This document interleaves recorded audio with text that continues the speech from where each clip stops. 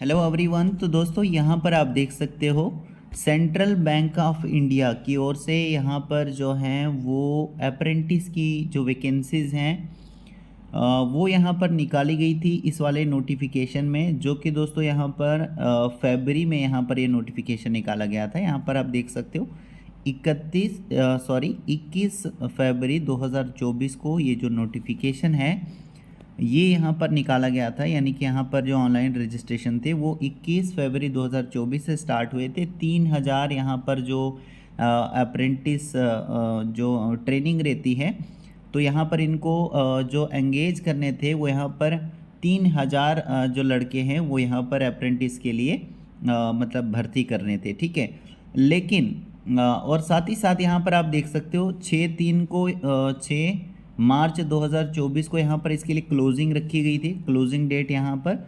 लेकिन अब बैंक की ओर से ये जो फॉर्म है ये रीओपन हो चुके हैं। मतलब दोबारा से जिन भी स्टूडेंट्स ने यहाँ पर फॉर्म अप्रेंटिस के लिए नहीं भरा है या आप भरना चाहते हैं या फिर जिन भी स्टूडेंट्स ने यहाँ पर अप्लाई तो किया था लेकिन फ़ीस वो यहाँ पर पे नहीं की थी उन्होंने, तो अब यहाँ पर रीओपन हुए हैं। दोबारा से आप यहाँ पर फॉर्म भी जो है फिलअप कर सकते हो और फीस वगैरह अगर आपकी कोई पेंडिंग है तो वो भी आप यहाँ पर आप पे कर सकते हो। ठीक है, अब सबसे पहले यहाँ पर देख लीजिए सेंट्रल बैंक ऑफ इंडिया की के बारे में जो है यहाँ पर लिखा गया है कि जो सेंट्रल बैंक ऑफ इंडिया है ये एक लीडिंग पब्लिक सेक्टर बैंक है जिसकी ब्रांचेस दोस्तों आपको पूरे के पूरे हिंदुस्तान में हर जगह लगभग इनकी जो ब्रांचेस हैं वो मिलेगी। और यहाँ पर लिखा गया है 4500 प्लस इनकी ब्रांचेज हैं, मतलब पूरे इंडिया में 4500 से भी ज़्यादा यहाँ पर ब्रांचेज हैं।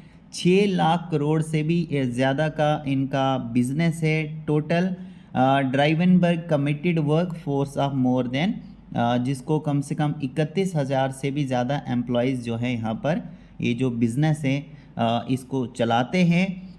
तो इनकी ओर से मतलब सेंट्रल बैंक की ओर से यहाँ पर इनवाइट किया जा रहा है एप्लीकेशंस के लिए जो भी एलिजिबल कैंडिडेट्स हैं for the engagement of apprentice. तो अप्रेंटिस के लिए यहाँ पर ये जो है वो इनवाइट किया जा रहा था कब 21 फरवरी 2024 को, जो कि अभी भी आपको इनवाइट किया जा रहा है। यानी अभी भी आप फॉर्म को फिलअप कर सकते हैं क्योंकि डेट यहाँ पर एक्सटेंड हो चुकी है। ठीक है, अब यहाँ पर आप देख लीजिए आगे आगे क्या लिखा है।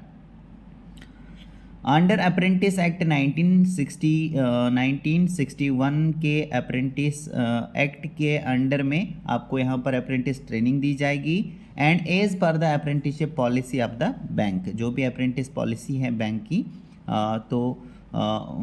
मतलब अप्रेंटिस पॉलिसी जो बैंक की है और अप्रेंटिस एक्ट 1961 के अंडर में आपको यहाँ पर एंगेज किया जाएगा अप्रेंटिसशिप के लिए। आगे यहाँ पर लिखा गया है कि ये जो बैंक है सेंट्रल बैंक ऑफ इंडिया जो है वो 1911 में यहाँ पर ये जो बैंक है ये अब एस्टेब्लिश हुआ है। Is the first Indian commercial bank which was wholly owned and managed by the Indians. ठीक है, जो कि यहाँ पर मैनेज की किसके द्वारा किया जा रहा था, इंडियंस के द्वारा ही यहाँ पर जो है मैनेज किया जा रहा था। ठीक है, फर्स्ट इंडियन कमर्शियल बैंक है। तो यहाँ पर थोड़ी सी बैंक के बारे में जानकारी बताई है, मतलब मैं आपको डिटेल इसलिए बता रहा हूँ तो ताकि आपको यहाँ पर कोई भी मतलब डाउट ना हो, सारी चीज़ें आपको क्लियर हो जाएं। एक ही बार आपको वीडियो देखने की ज़रूरत पड़ेगी। अब यहाँ पर देख लीजिए जो पहले का ये जो नोटिफिकेशन है जिसको यहाँ पर एक्सटेंड किया गया है, यहाँ पर क्या थी ओपनिंग डेट फॉर्म की 21/2/2024 यानी 21 फरवरी 2024 से फॉर्म जो है वो स्टार्ट हो चुके थे और क्लोजिंग डेट रखी गई थी 6 मार्च 2024 को। और जो आपका ऑनलाइन एग्ज़ाम लिया जाए मतलब ये जो नोटिफिकेशन है पिछले नोटिफिकेशन के बेसिस पर मैं आपको यहाँ पर बता रहा हूँ। तो यहाँ पर आप देख लीजिए ये जो नोटिफिकेशन है जो कि पहले यहाँ पर इन्होंने बताया था कि 10/3 यानी 10 मार्च 2024 को आपका ये एग्ज़ाम कंडक्ट कराएंगे।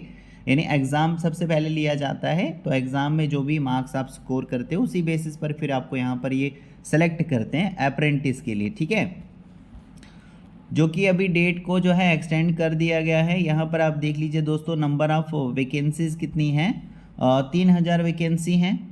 अभी भी आप अप्लाई कर सकते हो और इसके अलावा यहाँ पर जो है एलिजिबिलिटी क्राइटेरिया में लिखा गया है 31/3/2024 तक जो आपकी एलिजिबिलिटी है वो आप यहाँ पर इंडियन होने चाहिए। और यहाँ पर जो आपकी एलिजिबिलिटी क्राइटेरिया है वो 31/3/2024 को ही जो है वो देखी जाएगी।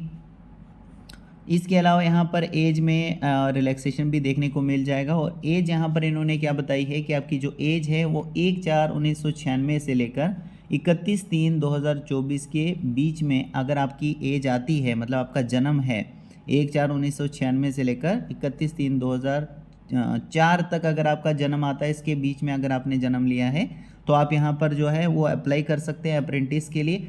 इसके अलावा किसी कैटेगरी से बिलोंग करते हो, अगर SC ST OBC या PWD वगैरह किसी भी कैटेगरी से आप बिलोंग करते हो तो आपको रिलैक्सेशन देखने को मिल जाएगा।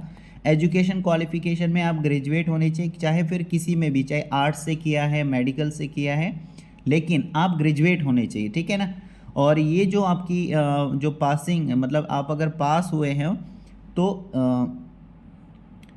Have passing certificate for graduation after 31/3/2020। तो आपकी जो पासिंग सर्टिफिकेट है वो 31/3/2020 के बाद की होनी चाहिए, ठीक है ना। पहले क्या होता है, मतलब जैसे 2020 से पहले क्या आएगा 2019, इस तरीके से। तो बाद क्या होता है, जो 2021 आएगा इसके बाद, ठीक है ना। तो 2020 31/3/2020 के बाद की अगर आपकी पासिंग सर्टिफिकेट है तो आप यहाँ पर एलिजिबल हैं, अप्लाई कर सकते हैं, ठीक है जी।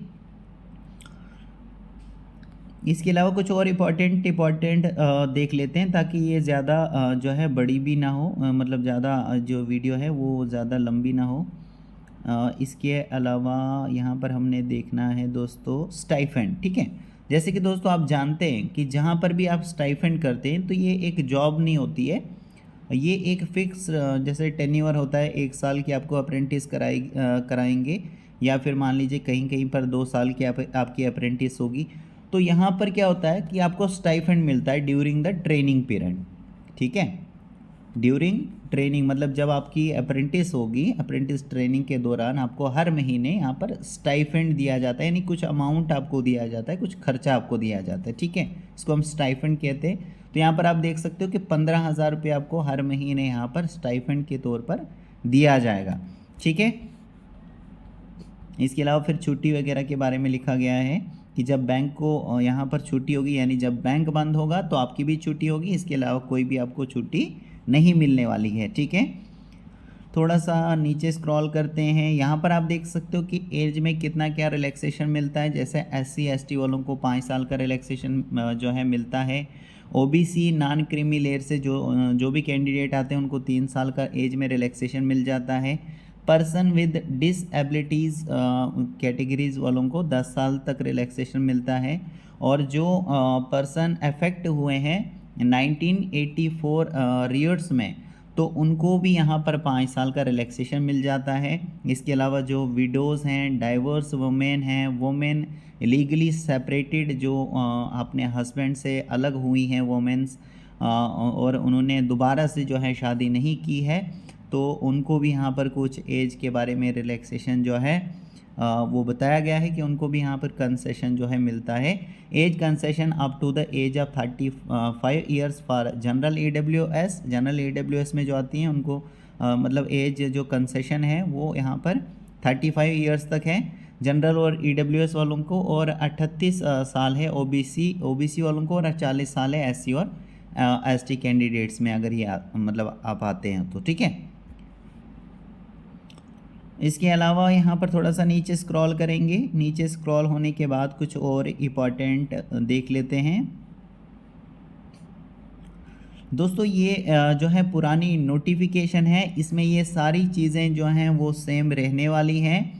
ओनली यहाँ पर जो यहाँ पर फॉर्म की डेट है, यानी अप्लाई करने की डेट को यहाँ पर जो है एक्सटेंड कर दिया गया है। बाकी जो चीज़ें जो भी मैं आपको समझा रहा हूँ ये सारी चीज़ें सेम रहने वाली। अब यहाँ पर देख लीजिए आपको एप्लीकेशन की फ़ीस क्या लगने वाली है। तो सबसे पहले PWBD कैंडिडेट्स जो हैं उनको 400 रुपये फ़ीस लगेगी, प्लस GST जो है वो भी यहाँ पर एप्लीकेबल होगा। इसी तरीके से जो SC ST और ऑल वुमेन कैंडिडेट्स और EWS में जो भी आते हैं उनके लिए यहाँ पर 600 रुपये फ़ीस है, प्लस यहाँ पर GST भी लगने वाला है। तो 600 प्लस GST जितना भी बनेगा वो आपको यहाँ पर एप्लीकेशन फ़ीस पे करनी पड़ेगी। और इन कैटेगरीज़ के अलावा जो भी अदर कैंडिडेट्स हैं तो उनको यहाँ पर 800 रुपये फ़ीस प्लस GST यहाँ पर लगने वाला है। ठीक है, थोड़ा सा और नीचे स्क्रॉल करते हैं, और नीचे स्क्रॉल करने के बाद हम देखते हैं दोस्तों कुछ और इम्पॉर्टेंट हमसे ना छूट जाए। तो देखो अप्लाई किस तरीके से करना है। तो ये तो यहाँ पर पुरानी डेट है दोस्तों कि 21/2/2024 को फॉर्म निकले थे, मतलब फॉर्म फिलअप करना स्टार्ट हुए थे। 6/3/2024 तक आप फिल कर सकते थे। लेकिन बैंक की ओर से अब यहाँ पर जो फॉर्म है वो आप मतलब रीओपन हो चुके हैं। आप यहाँ पर फिर से जो है यहाँ पर अप्लाई कर सकते हैं अगर आप इंटरेस्टेड हैं, या फिर जिन भी स्टूडेंट्स ने, जिन भी कैंडिडेट्स ने पहले अप्लाई किया लेकिन किसी कारण से फ़ीस नहीं पे कर पाए तो वो भी अभी यहाँ पर फ़ीस जो है पे कर सकते हैं। लेकिन जिन्होंने फॉर्म ऑलरेडी फिल किया है, जिन्होंने फ़ीस भी पे की है, तो उनको यहाँ पर दोबारा से अप्लाई करने की कोई ज़रूरत नहीं है दोस्तों। तो यहाँ पर दोस्तों जो डेट है वो यहाँ पर एक्सटेंड हो चुकी है 17 जून। ठीक है, 17 जून 2024 तक जो है अब आप यहाँ पर फॉर्म को जो है फिल कर सकते हो। और जो टेंटेटिव डेट है एग्ज़ामिनेशन की कि कब आपका एग्ज़ाम लिया जाएगा, तो वो यहाँ पर 23 जून 2024 को जो है लिया जाएगा। और ये भी यहाँ पर टेंटेटिव डेट है, ये भी अभी चेंज हो सकती है। ठीक है, लेकिन फ़िलहाल के लिए आपको यही डेट को लेकर चलना है, लेकिन ये आगे पीछे डेट जो है जा सकती है। तो देखो यहाँ पर अप्लाई किस तरीके से करना है आपको। तो यहाँ पर जो है netstarteducation.gov.in पर जाकर जो है आपको यहाँ पर लॉगिन करना होगा। देख सकते हो यहाँ पर to apply candidates needs to first login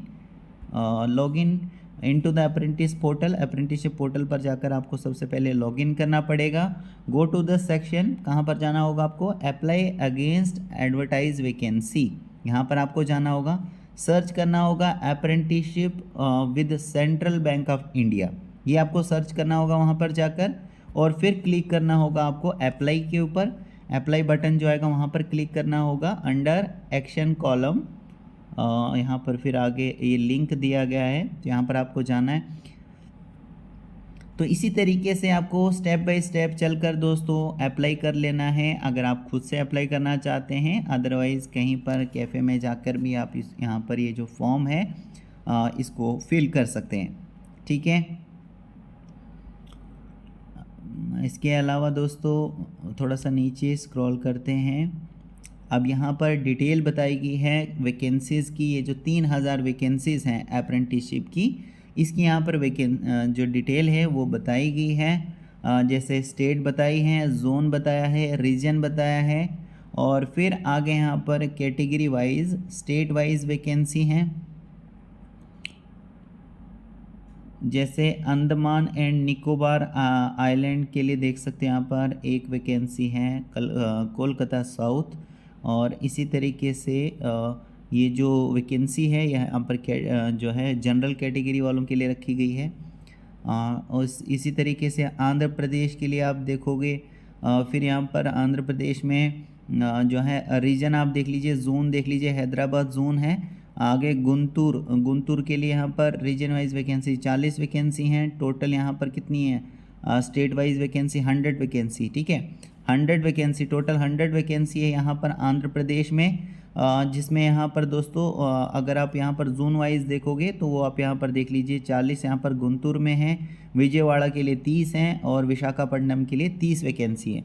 और ये जो वैकेंसीज़ हैं आगे फिर यहाँ पर डिवाइड की गई हैं कैटेगरी वाइज, जैसे जनरल वालों के लिए SC ST। ठीक है, तो इसमें जो भी कैटेगरी है वो आप देख लीजिए। इसी तरीके से अरुणाचल